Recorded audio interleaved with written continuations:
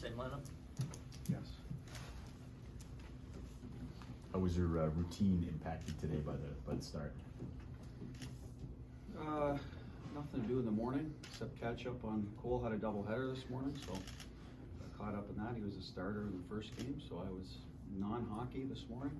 Most of that stuff was done yesterday, all our preparation, as it usually is, and then whenever the guys get to the rink, we had a small meeting this morning, we split it up. And you know, same for us, just different hours. I think it's much more on the players where the routine in the afternoon, their afternoon nap, so to speak, gets disrupted, or they got to reschedule it somehow to fit their preparation. You talked about kind of leaving them alone. Sorry, Mark, just to follow up on that. You talked about leaving them alone, kind of the room.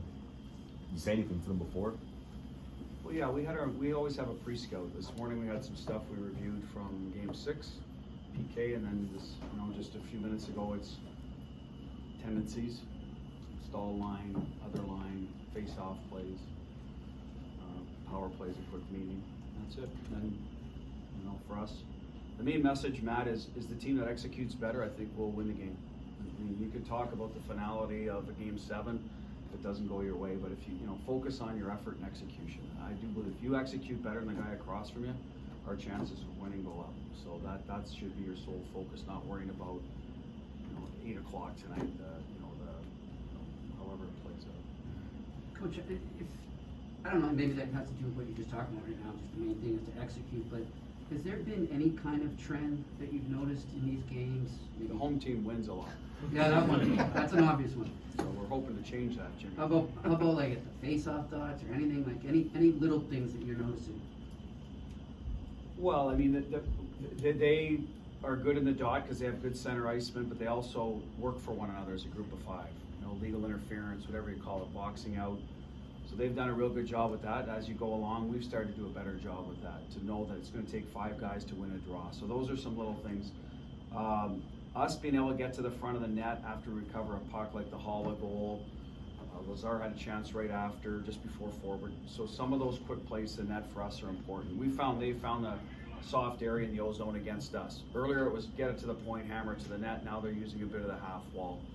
We saw that on Slavin's goal in Game 5. So there's a few things that you get to know a team where there's always going to be areas you should be looking to break them down. So there's been a few in on 5-on-5. I'm sure in the power play that's a little different. That's a little more specific to your group. We figured net front goals. We've always thought that over the years against Carolina. Their D will tend to be very aggressive, and when it works, they get clears, and it gets frustrating. When it doesn't, you get some net front chances. Quayle got one the other day. Berge got one up here. Hall scored it. So those are the way we're trying to break it down. So yes, you've noticed little things, and you try to take advantage of them the best you can, I guess, if that answers your question. Bruce, scoring first is always a big deal. Does it feel like it would be any more significant just because of the notion of tonight's game and the stakes? I think, listen, it doesn't mean that whatever team scores first tonight's going to win, because one goal, but if you can extend it now, in these type of games, it gets difficult, because I think every guy on the ice will be committed when you have the lead to play good defensive hockey, manage pucks, get in shooting lanes, maybe a little more than another night. That's where it'll really you'll see that will, when you talk about a Game 7, come through from every player on the ice. So that's important, but not, we know it's been important in here, and I think we've been prepared to do it. We just haven't executed, to get that first goal, whether you give credit to Ranta or just not us finishing well. So yes, it's a point of emphasis, but you can't live and die on it, because what if you don't score you're not out of the game. So, you got to remember that you just work hard to do it, be on your toes, play with urgency, so you put yourself in the best position to score first.